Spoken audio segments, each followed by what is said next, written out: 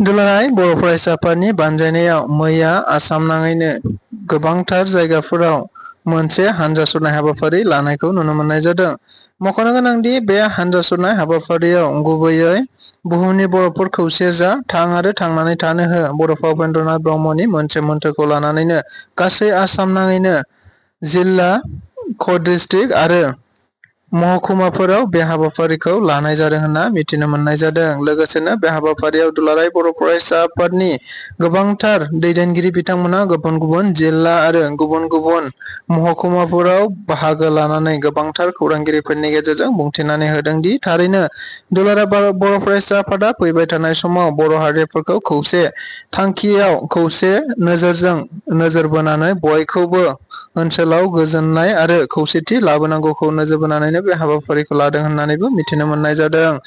लोगोसे बे हाबाफारियाव बाहागो लानानै दुलाराय बर' फरायसा आफादनि मानगोनां आफादगिरि दिपेन बर' बिथाङा गोबांथार खौरांगिरिफोरनि गेजेरजों बाथ्रा बुंथिनायखौ नुनो मोननाय जादों। जेराव दुलाराय बर' फरायसा आफादनि मावथिफोरखौ आरो साफ्रोमबो बर' हारिनि मावथिफोरखौनो जायखि जेखि बिबानाव थाया मानो गासैबो बिबानगिरि बिथांमोना जाहाथे बर' हारिनि नेशनेलिज्म थामहिनबा माहारियारि बादखौ नोजोर बोनानैनो बर' हारिनि थाखाय हाबा मावलांगोन आरो बर' हारिनि जौगानायनि थाखाय जेब्लाबो हाबा मावलांगोन होननानैबो बिथाङा खौरांगिरिफोरनि गेजेरजों बुंथिनानै होबावदों।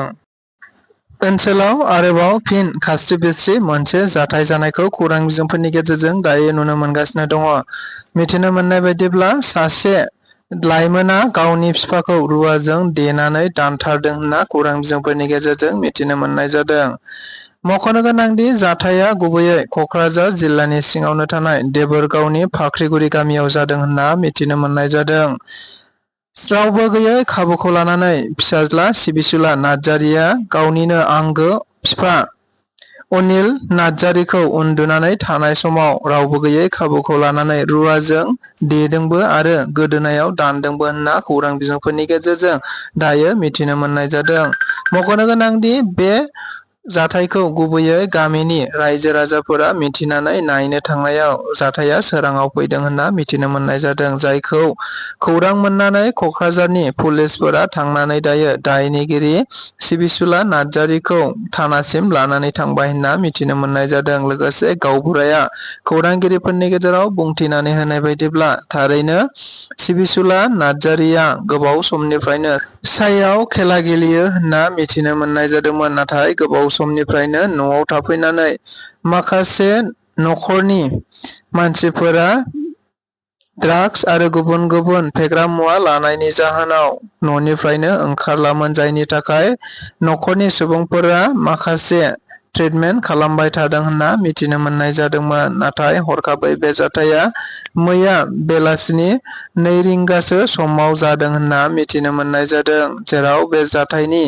दायनिगिरि थामहिनबा सिबिसुला नार्जारिया गावनि बिफाखौ रुवाजों देदोंबो आरो दानदोंबो होननानै मानगोनां गावबुराया खौरांगिरिफोरनि गेजेरजों बुंथिनानै होनायखौ नुनो मोननाय जादों।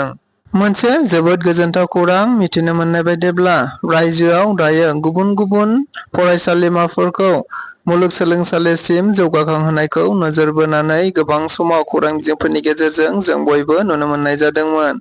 लोगोसेनो क'क्राझार सरकारि फरायसालिमाखौबो मुलुगसोलोंसालिसिम जौगाहोनांगौखौ नोजोर बोनानै आसाम सरकारा थांनाय माखासे सान सिगाङावनो फोसावथाय होनाय जाबायमोन। बेखौ नोजोर बोनानैनो मिथिनो मोननाय बायदिब्ला आसामनि गभर्नर थामहिनबा चेन्सेलर बिथाङा दायो रायजोआव गुबुन गुबुन फरायसालिमाफोरखौ मुलुगसोलोंसालिसिम जौगाहोनायाव नोजोर बोनानै दायो बेफोर मुलुगसोलोंसालिफोरनि गोदानै भाइस चेन्सेलरखौ थिसननाय जाबाय होननानै खौरां बिजोंफोरनि गेजेरजों दायो गोसारलांनायखौ नुनो मोननाय जादों। गोजोनथाव खौरांदि बेनि गेजेराव क'क्राझार मुलुगसोलोंसालियाबो बिटिसि ओनसोलनि मोनसे मुलुगसोलोंसालि थाखोसिम जौगाखांनायखौ नुनो मोननाय जादोंमोन। बेनि गेजेरावनो क'क्राझार मुलुगसोलोंसालिनि थाखायबो गोदानै थिसनजानाय भाइस चेन्सेलरखौ रोखा खालामनानै होनाय जाबाय होनना मिथिनो मोननाय जादों। जेराव बे भाइस चेन्सेलरखौ प्रफेसार गणेश चन्द्र औवारी होनना मिथिनो मोननाय जादों। थामहिनबा प्रफेसार गणेश चन्द्र कछारी बिथांखौ कक्राझार मुलुगसोलोंसालिनि गोदानै भाइस चेन्सेलर महरै थिसननाय जाबाय होनना मैया खौरां बिजोंफोरनि गेजेरजों गभर्नरनि मोनसे फोसावथायनि गेजेरजों रोखा खालामनानै होनाय जाबाय होनना मिथिनो मोननाय जादों। बेनि अनगायैबो रायजोआव गासै मोन 7 गोदान फरायसालिमाफोरखौ मुलुगसोलोंसालिसिम थिसननायनि भाइस चेन्सेलरफोरखौ थिसननाय जाबाय। फारियै नगाव इउनिभार्सिटिनि थाखाय ड हितेश देखा, जगन्नाथ बरुवा इउनिभार्सिटिनि थाखाय प्रफेसार ज्योति प्रसाद शइकिया, शिवसागर इउनिभार्सिटिनि थाखाय प्रफेसार महादेव पाटगिरि, नर्थ लखीमपुर इउनिभार्सिटिनि थाखाय प्रफेसार मुकुल बरा, बङाइगाव इउनिभार्सिटिनि थाखाय प्रफेसार धरणी चन्द्र देखा, गरचरन इउनिभार्सिटिनि थाखाय प्रफेसार निरंजन रय, कक्राझार इउनिभार्सिटिनि थाखाय प्रफेसार गणेश चन्द्र औवारी बिथांखौ थिसननाय जाबाय होनना मिथिनो मोननाय जादों।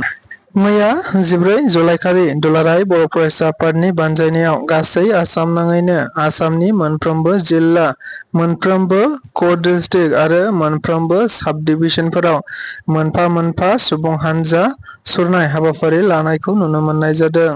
जेराव बे हाबाफारिनि गेजेरजों दुलाराय बर' फरायसा आफादा बड'फा उपेन्द्रनाथ ब्रह्मनि माखासे मोन्थोरफोरखौ लादों। फारियै बुहुमनि बर'फोर खौसे जा, थां आरो थांनानै थानो हो, बे मोन्थोरखौ लानानैनो गासै आसाम नाङैनो बे हानजा सुरनायखौ लानाय जादोंमोन। नाथाय बे हानजा सुरनायखौ नोजोर बोनानैनो फटबटजरा बियाबनि MCLA मुनमुन ब्रह्मआ बे हानजा सुरनायखौ माखासे राजखान्थियारि नोजोरजों नायनानै बिथाङा गावनि फेसबुक पेजनि गेजेरजों दुलाराय बर' फरायसा आफादनि सायाव माखासे बाथ्रा बुंथिनायखौ नुनो मोननाय जादों। जेराव बिथाङा बुंथिनानै होनाय बायदिब्ला थारैनो गोमोदों होननानै गिबियावनो बुंदों। बेनि उनाव BTC सरकार दं, प्रमद बर' दं, रोंगोरा दं, जयन्त दं, उर्खाव दं, हामानोलाय 40 डिग्री 38 डिग्री टेम्पारेचार गरमावलाय लामा लामा थाबायनांगौनि मा दरखार, मा देखायनाय जादों, रायजोफ्रा जाम्बा नंलिया दानि जुगाव होननानै बिथाङा बुंथिनायखौ नुनो मोननाय जादों। अदेबानि बिथाङा थोंजोङै बे हानजा सुरनायखौ राजखान्थियारि नोजोरजों नायनाय जादों होननानैबो मिथिनो मोननाय जादों। दिनै एबा 15 जुलाइखालि बडलेण्ड CM कापनि फाइनाल गेलेनाया कक्राझारनि साइ स्टेडियामाव जागोन होनना मिथिनो मोननाय जादों। बेखौ नोजोर बोनानैनो बिटिआरनि गाहाय मावफुं सोद्रोमा प्रमद बर' बिथाङा गेलेगोन जायगासिम थांनानै थावनिखौ नायगिदिंहैनाय जादों होननानै खौरां बिजोंफोरनि गेजेरजों मिथिनो मोननाय जादों। मख'नो गोनांदि बडलेण्डआव गिबि खेबनि थाखाय बडलेण्ड CM काप खुंनाय जादोंमोन। जेराव गोबांथार लाइमोनफोर आरो गोबांथार हानजाफोरा बे हाबाफारियाव बाहागो लानाय जादों। मिथिनो मोननाय बायदिब्ला गामि ओनसोल, BCDC ओनसोल, बियाब ओनसोल आरो मोनफ्रोमबो बियाबनि गेजेराव बे बादायलायनाया जादोंमोन होनना मिथिनो मोननाय जादों। जेराव बे हाबाफारिनि गेजेरजों गोबांथार गामि सिंनि लाइमोनफोरा जायफोरा फुटबल गेलेनायाव गोसो गुदुं बिथांमोनहा गुबुन गुबुन समाव गुबुन गुबुन बायदि फुटबल गेलेनायखौ गेलेनानै मोजां मोनदों, लोगोसे गाव गावनि रोंगौथिखौ दिन्थिनो हादों होनना मिथिनो मोननाय जादों। बेबायदिनो दिनै 15 जुलाइखालि बडलेण्ड CM कापनि जोबथा गेलेनाय थामहिनबा फाइनाल गेलेनाया जागोन। जेराव बे गेलेनाया काउन्सिल लेभेलनि जागोन। मिथिनो मोननाय बायदिब्ला बे गेलेनायाव फाइनाल खेलाखौ गुबैयै गेलेगोन कक्राझार जिल्लानिनो कसुगाव बियाब लोगोसे चिरां जिल्लानिनो काजलगाव बियाबनि गेजेराव बे गेलेनाया जागोन होनना मिथिनो मोननाय जादों। लोगोसेनो बे गेलेनायनि गेजेरजोंनो देग्लाय 2025 मायथाइयाव जानो गोनां डुरान्ड काप हाबाफारिनि ट्रफिखौबो बे हाबाफारिनि गेजेरजोंनो बरायनाय जागोन होननानैबो खौरां बिजोंफोरनि गेजेरजों मिथिनो मोननाय जादों। गोजोन्थों।